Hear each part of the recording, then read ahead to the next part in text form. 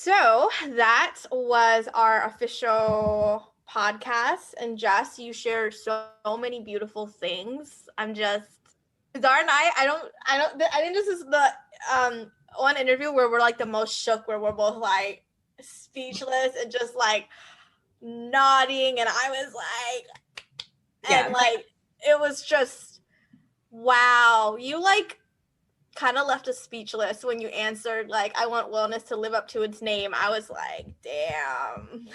I was like, I want to say something here, but we need to be quiet to really let this point hit. Like, poof. Like, I have nothing to say because it's just, I want to see wellness live up to its name. Yeah. Don't we all? Or I mean, that's why we're here. Like, we want to see. Very much why we're here. Yeah. And I love that you want to mix art and movement. Zara has been talking about I'm really big on expanding what I think wellness and what we see wellness as to include things like art. And I really personally, for me, education, because you're not a well human if you don't understand how to think, if you're not connected to your body, if you're not connected to like art and community and the things that move you. So I really love that that's work that you want to do. And I know you had offered one of those workshops that I wasn't able to attend, but I was like, next time she does that, I want to go. Yeah, and the community, well, it's virtual now, but the reason why I was doing it is because I would teach these classes once a week in like a popular park, right? So it's socially distanced, but I was also looking and speaking to the people who were coming, and I'm like, this is once a week. How do I carry these people? What are they supposed to do for the other 6 days that they're not here? And so that's kind of what sparked it for me, where I was like, Jessica, like, you come from a family of artists.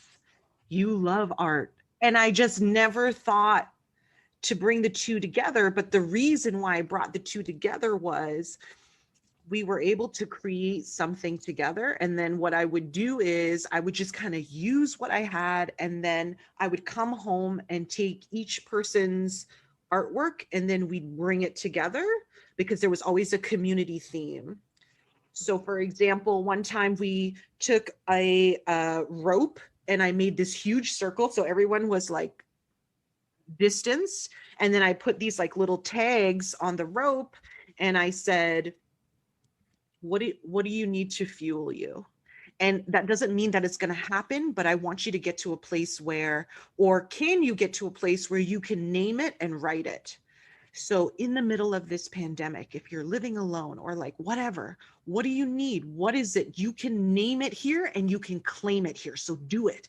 And so I had these people writing the most, everyone's thing was different.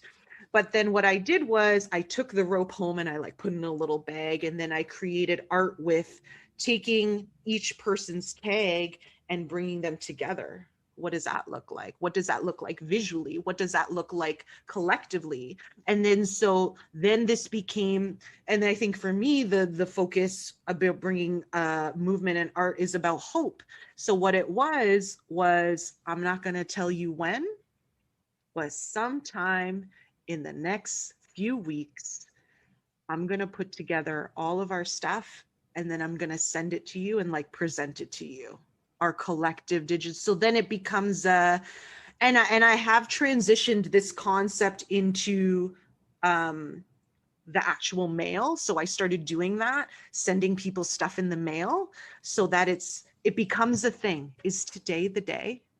I know that I was a part of something. Is today the day? Is today the day I get this right? Yes, this you are image. such a genius. Like, you are such a genius. And like, it's so funny as you were talking and explaining, and I think this is probably based on, as earlier Zara was talking about wellness and art and education. I'm just like, you have like cool art professor vibes. Like, I want to take an art class with you, or like if you do like a series that's like art related and movement, like I want to take it. Like, I mean, it has to work with my schedule, but like I just can feel that you have so many good ideas and just beautiful ways of explaining and teaching and guiding, and I just want to be a part of it. Like, just I'm so in love with you, but like I've loved you like before this call, but like even more I love you. Even more. I think Zara's probably in love with you too now. Like, just like Zara is definitely in love with you now. She was like pretty in love with you before, but like definitely for sure now. And I just want to add, because you talked about like creating art and community and how important it is and how like connects people, builds people. And so Hian has heard this name 5,000,000 times, but Paulo Freire, who I wrote my undergraduate thesis on, and educational philosophy. So part of his work was he, like in his research, he brought all of these, I believe they were called peasants at the time. I don't love it, but it's a feudal structure that I was not necessarily involved in, but just naming it.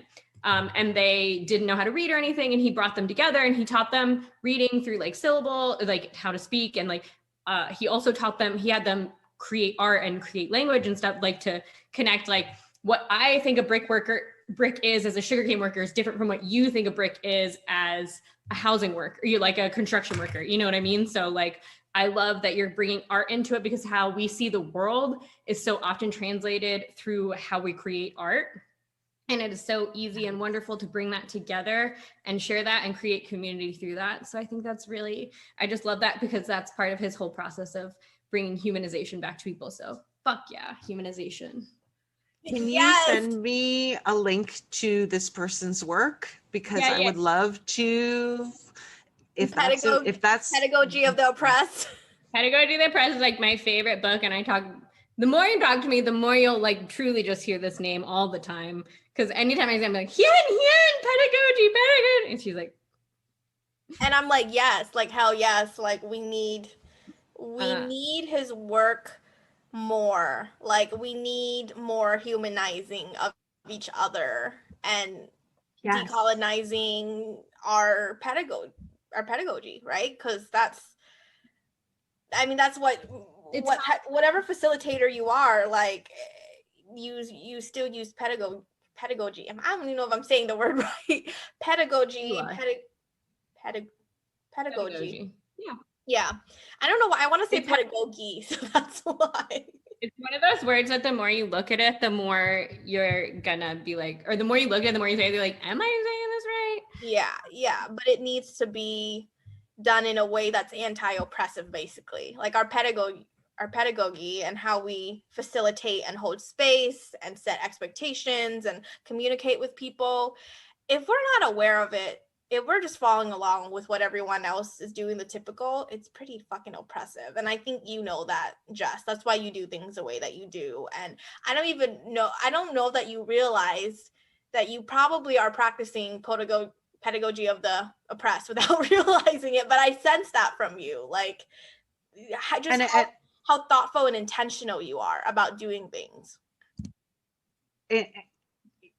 Thank you so much for saying all those wonderful, beautiful things, both of you. And I am also deeply problematic and oppressive myself. And I just we all are. And I think about my resistance to calling myself an artist, even though my father is an artist, right? Like he's a painter and a graphic designer. And it's so interesting. For the most part, I've always been drawn to like photography. And also I love creating digitally. And I think about the type of narrative I've given myself as somebody who, so like, if you look at my Instagram, let's say, that's my design eye 100%, but that's Canva.